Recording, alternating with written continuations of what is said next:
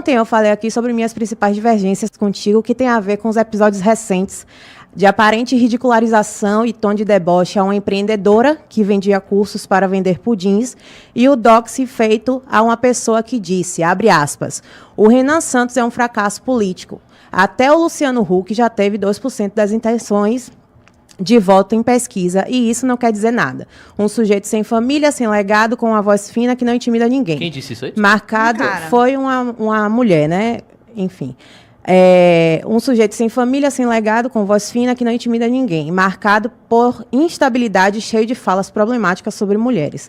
A primeira propaganda eleitoral com aquele vídeo dele falando da Bárbara e o áudio das ucranianas já teria sido suficiente para queimá-lo de vez. Essa eleição já é do Tarcísio, fecha aspas. A mulher dona do perfil, inclusive, fez um vídeo com a voz dela e o antigo dono que deu o perfil a essa mulher justamente para sair desse meio, homem cuja foto foi postada por ti, também se manifestou ontem. Minhas perguntas são, qual o contexto da ridicularização à mulher, mãe que começou a vender pudins na pandemia, para obter liberdade econômica, e você acha que uma crítica sem crime algum a um agente político que hoje detém um bom aparato deve ser passível a intimidação e doxing? Vamos lá, vou começar da parte mais engraçada, que é a do pudim. É um tanto quanto bizarro a gente discutir pudim num cenário desse, mas a internet brasileira tem isso. Naturalmente, isso é uma crítica que foi feita pelo youtuber Nando Moura. E eu, basicamente, se baseia num vídeo que nós fizemos na minha live, nesse cenário aqui, durante as eleições de 2024, em que eu estava criticando o candidato Pablo Marçal. E a lógica, eu estava fazendo uma live de 2 horas, era uma live de 2 horas, falando sobre um problema do Brasil que é a perda de complexidade econômica que nós tivemos nos últimos anos, e a geração millennial, que é a minha geração, vamos dizer assim, enganada pelos próprios sonhos, e aí com base nisso ela está caindo numa conversa de vendedores de curso tal, que tornavam, vamos dizer, faziam um uso instrumental desse sonho dela de ter uma vida melhor, entregando ela, tipo, você vai mudar seu mindset. Eu estava falando disso, e aí eu fui demonstrar que a situação de complexidade econômica no Brasil era tão triste, que se eu abrisse um site de vendas de produtos online, de cursos, do Hotmart, eu ia encontrar coisas do tipo, eu abro o site, venda pudim. E aí, naquele momento, os cursos que mais vendiam no Brasil eram cursos de venda de pudim. Então, assim, eu não quero viver num país, sendo bem claro, eu não quero viver num país em que a classe média sonha em vender pudim. Eu não quero. Eu acho que um país em que as pessoas estão vendendo pudim pra fora e comprando cursos aos montes pra vender pudim, é um país que deu errado. E o Brasil deu errado. E aí eu não ataquei, eu nem... O zombar que eu falei, olha que engraçado, o nome da moça é Marçal. Olha, pudim, curso de... Eu falei isso. E é tão ridículo isso, porque essa crítica não afetou essa moça, que esse vídeo foi feito, é uma live do ano passado, nem chegou nela. E aí, 1 ano depois, um cara como o Nando Moura faz um recorte específico, tirando todo o contexto do vídeo. Quando você olha o contexto do vídeo, não tem nada.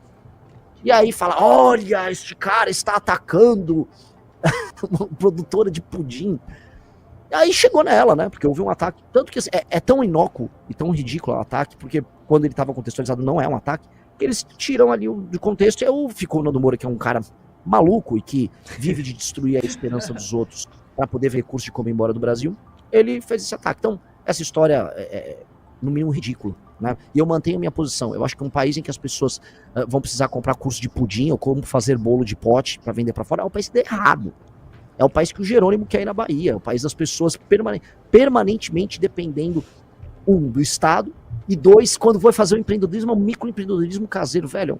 Esse país quebrou. Segunda coisa, eu não fiz doxing com ninguém. Doxing é uma coisa muito séria. Quem sofreu doxing desde o começo foi eu e minha família. Minha família foi alvo de doxing. Eu vou dar o seguinte exemplo. No ano de 2020, especialmente no ano de 2019, um perfil falso chamado Let's Dex, ligado ao Felipe G. Martins. Esse perfil, ele ficou criando uma teoria de que o MBL desviava dinheiro via superchats.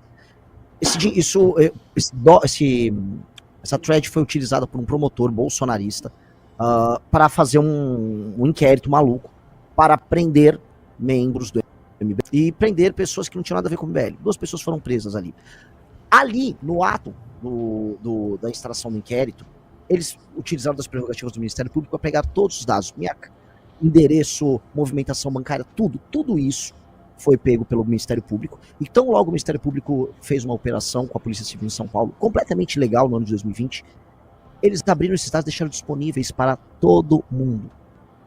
Outra coisa que houve contra nós naquele período foi o governo Bolsonaro botou através da BIM paralela gente atrás da gente o tempo todo, permanentemente. E o Kim Kataguiri, por exemplo, tinha o celular dele rastreado, a gente tinha as nossas movimentações rastreadas. Chegou ao ponto do Alan dos Santos saber onde eu estava circulando de carro e com quem eu estava tendo reunião. E a gente descobriu depois que o software que eles dispunham era um software que você tinha a geolocalização do celular através das antenas.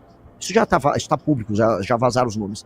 Então, assim, invasão de espaços pessoais e doxing e divulgação, quem sofreu fomos nós. Agora, alguns sujeitos criam perfis falsos.